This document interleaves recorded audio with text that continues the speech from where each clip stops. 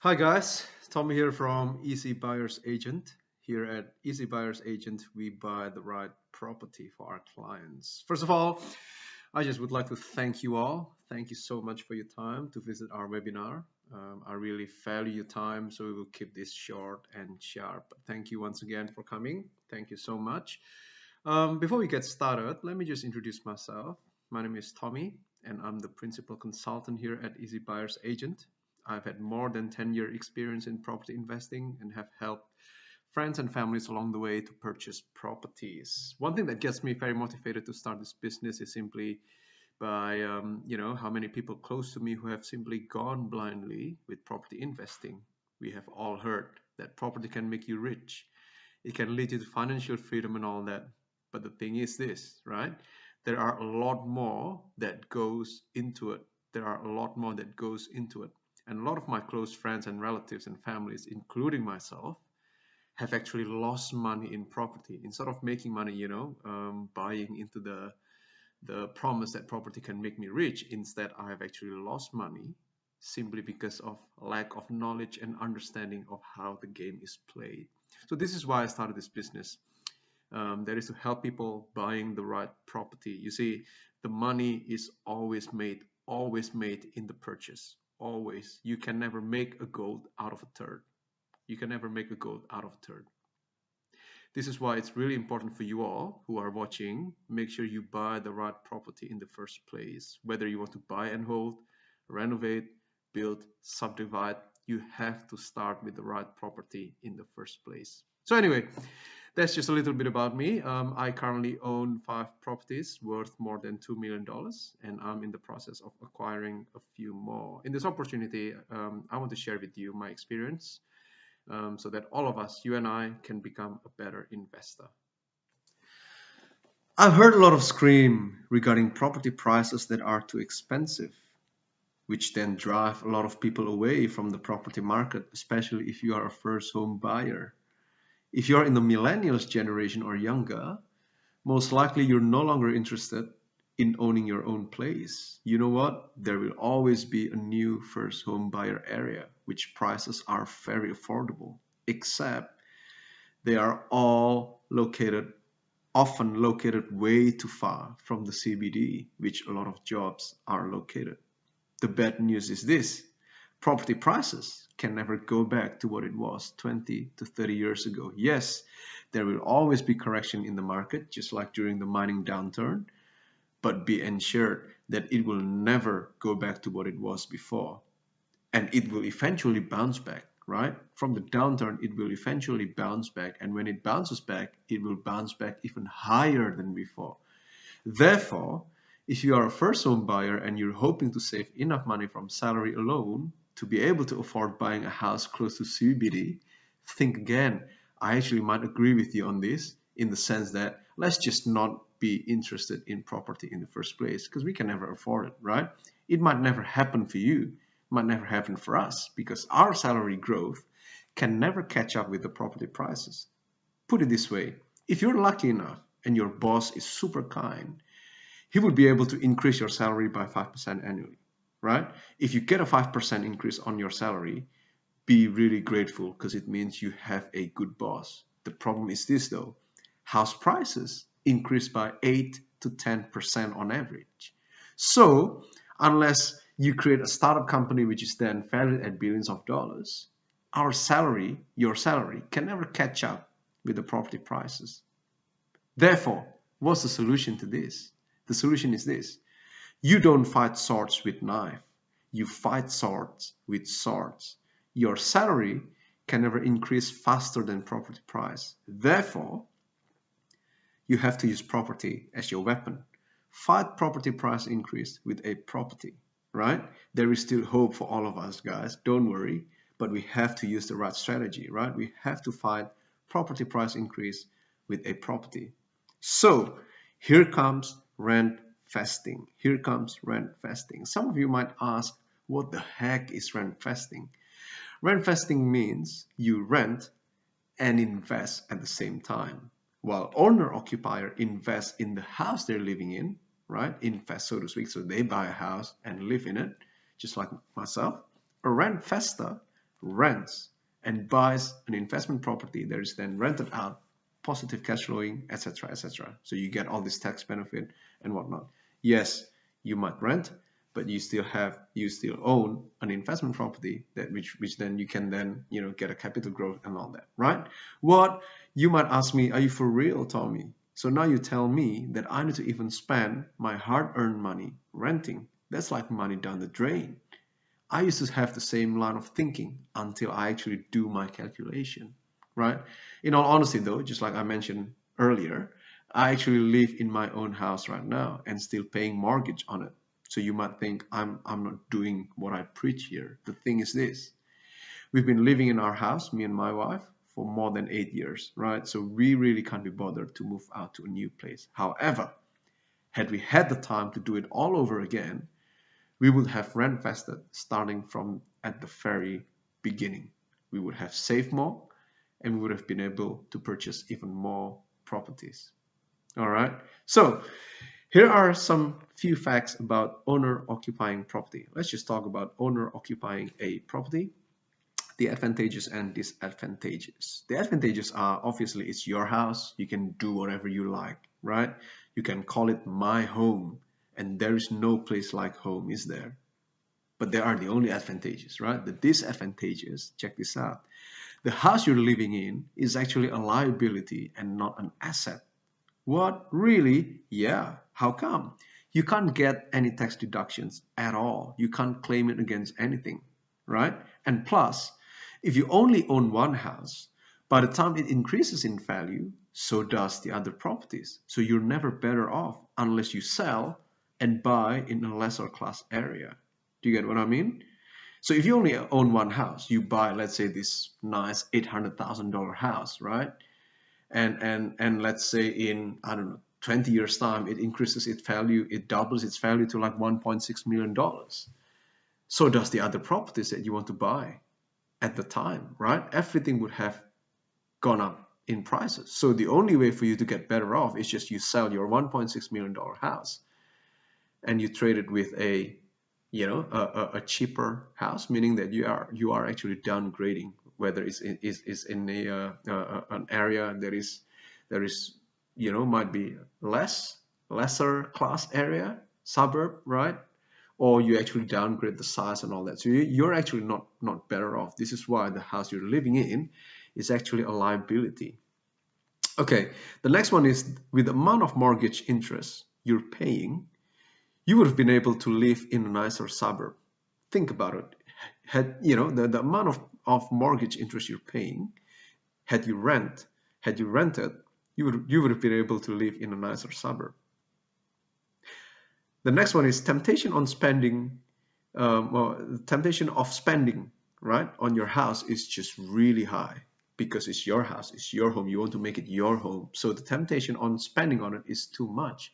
The problem is this: when you spend too much, anything you spend on the house you're living in the house that you are occupying, you can't deduct it, right? There is no depreciation, nothing. So as you can imagine, the only way is up.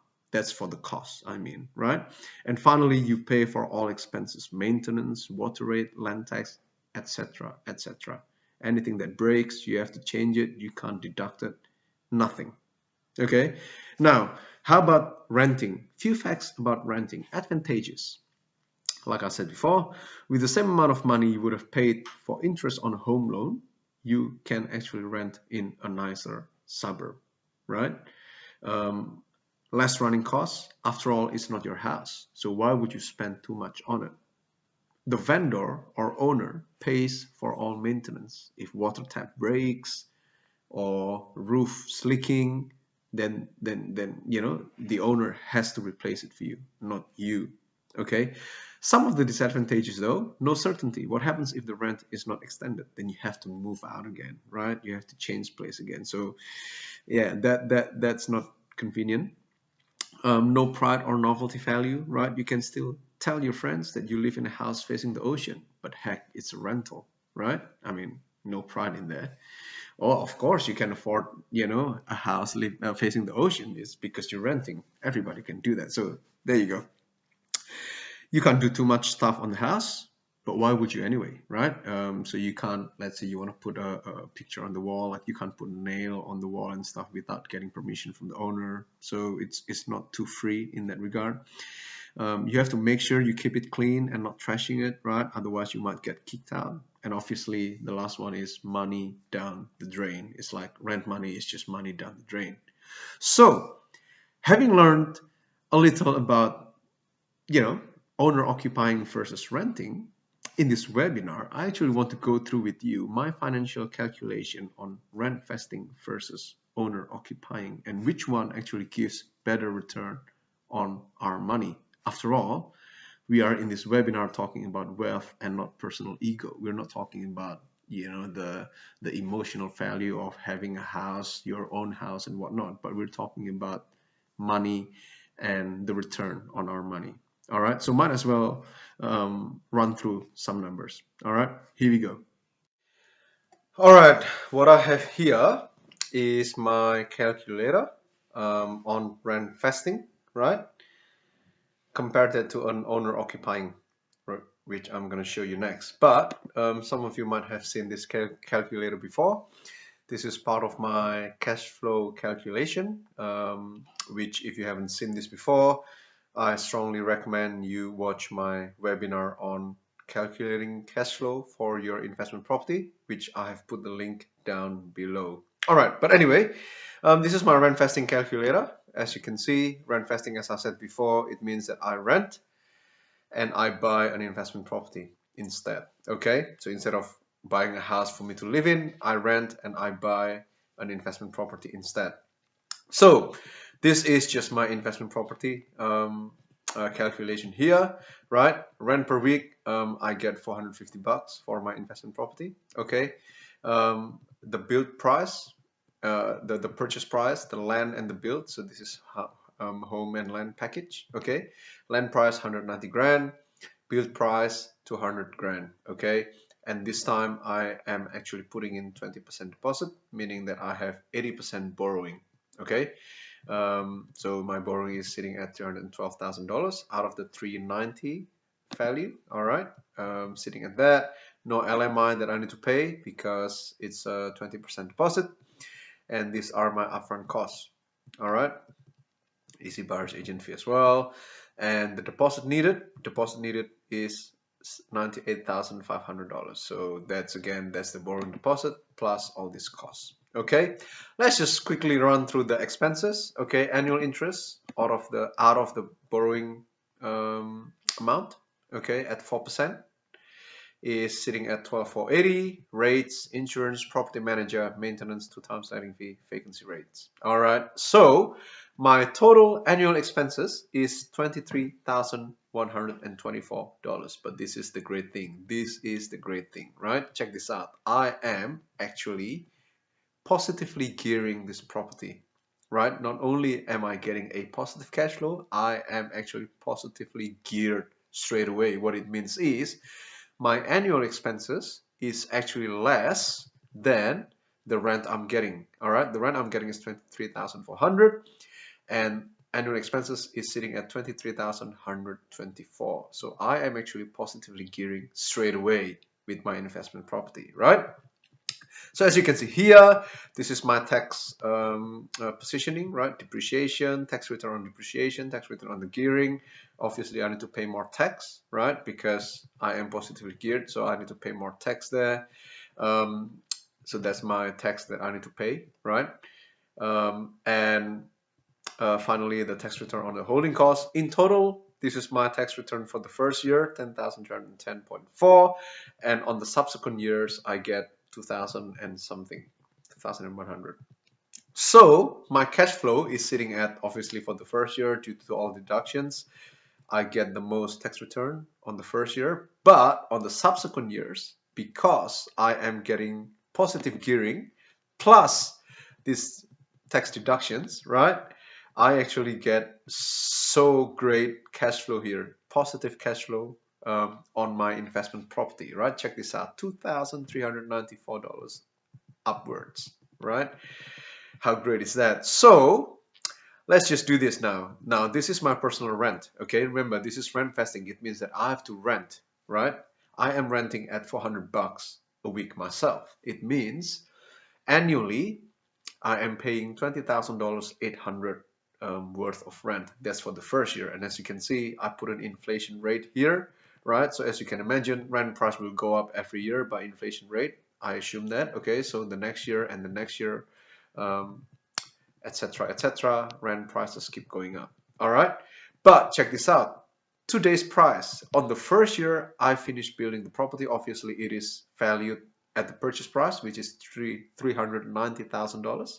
Okay, very simple calculation here, but here I assume a 4% increase. We know that property increases in prices by 8% in general, but let's just be very defensive and put in 4% increase, value increase. So first year $390,000, second year 405,600, etc., etc. Okay, now check this out, right? Check this out. The way I compare whether Rentvesting and owner occupying, whether Rentvesting is better than owner occupying is actually by my net worth.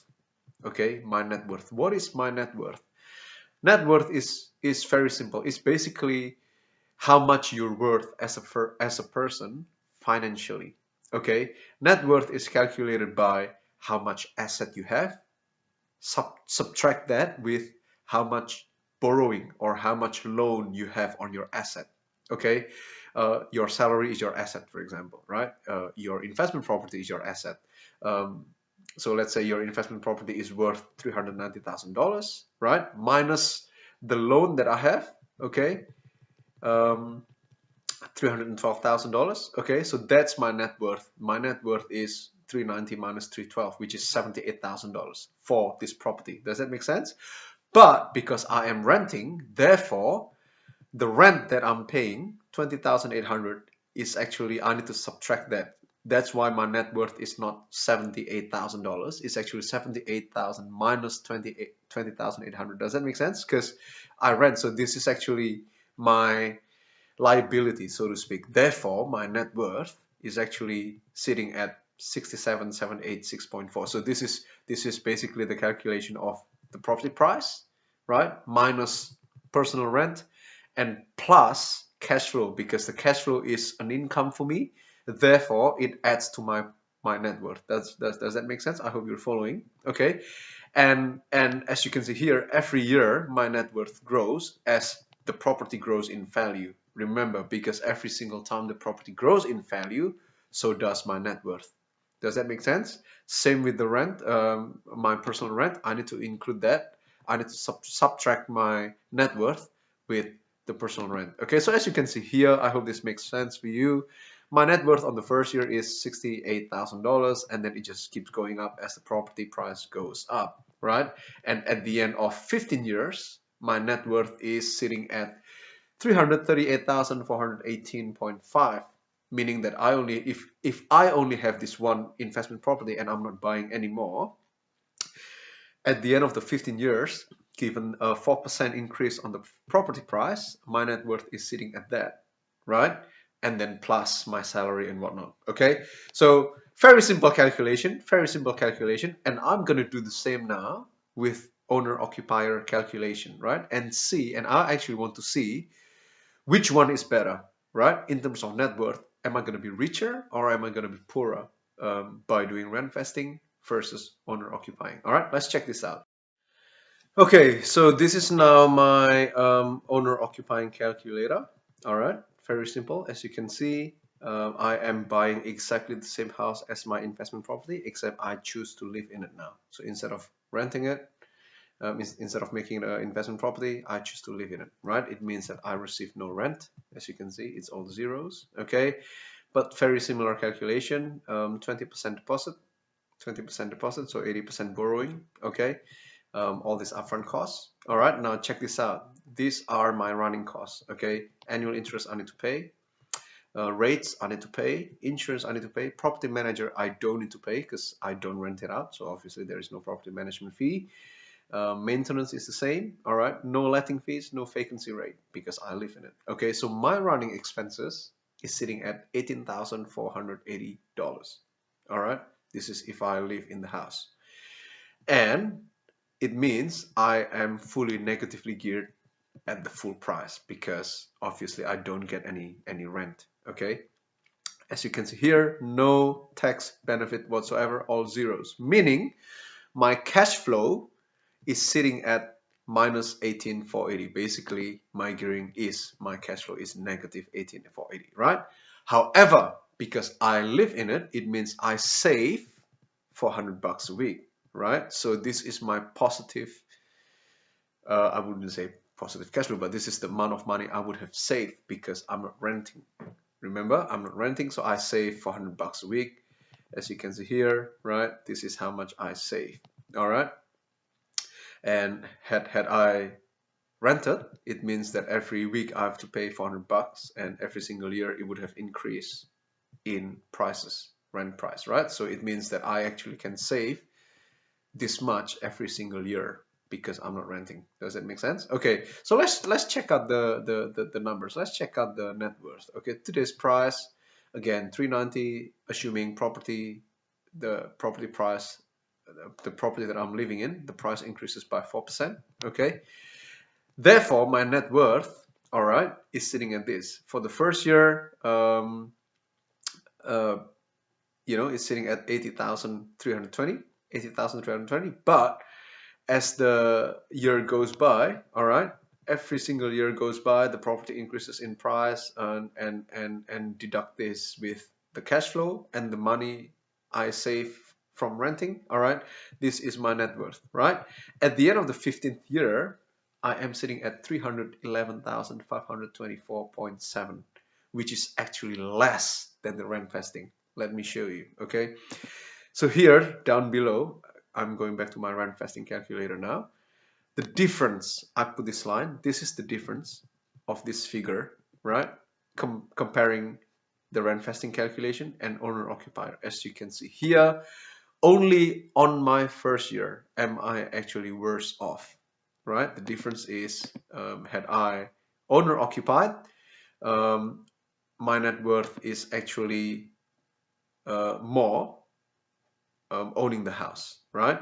Just on the first year alone. It's just because obviously I spend the money on the rent, and also of the original of all the costs that are involved in the first year, running an investment house. Okay, but as the year goes by, as the property grows, remember, the amount of money you pay on the rent is nothing compared to the tax benefit and the cash flow and the increase of your investment property. As you can see here, straight away, second year, my net worth is actually $21,000 more than if I'm owner occupying. And as the year goes by, as you can see here, at the end of the 15th year, I am actually about $27,000, $26,893.8 richer had I rentvested.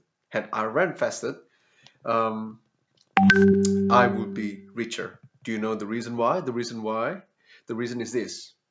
The reason is because with owner occupier, you don't get all the tax benefit, right? Yes, you might save on your you might save money from renting, but as you can see, like, your cash flow is way negative, right? Way negative compared to if you are rentvesting, right?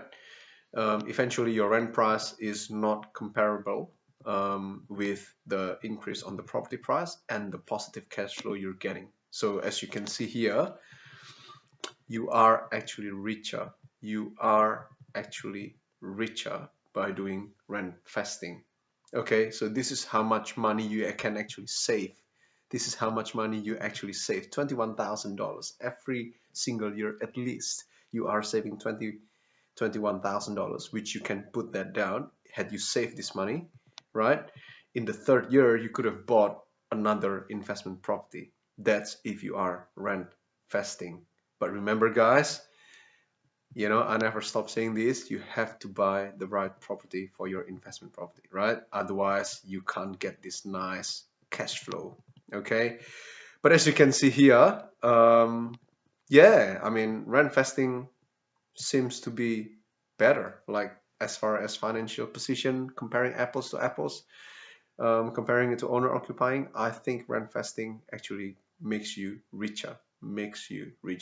But then again, right, it all depends on the property you're buying. And as you can imagine, if you're owner occupying, what's the chance you're buying a $390,000 property, right? You would have bought a nicer property because you want to call it home. So as you can imagine, had this property been more expensive, you would pay more, it would be more expenses, and you will be less richer. So remember guys, buying the right property is the key here. So, as you can see, guys, buying the right property is the key. It's non-negotiable. Property is a big purchase. Might as well do it right. Okay. So before I close off, I thought I just want to mention this. If you wish to use the same calculator as we do here internally, you can actually purchase the calculator. It only costs you $11. Very, very cheap. But remember, this calculator is what allows us to analyze our projected property purchase before we buy. Remember, this is all about minimizing risk as much as we can so we know what sort of numbers we're dealing with. Okay, but other than that, I thank you so much. I thank you so much for your time. I hope this webinar has been valuable. And if you need more information on the kind of service we provide, please call or email. Remember, we stand by you as a property buyer and investor, and we make sure that the property we help purchase is the right one. Thank you once again, everyone. I'll see you next time.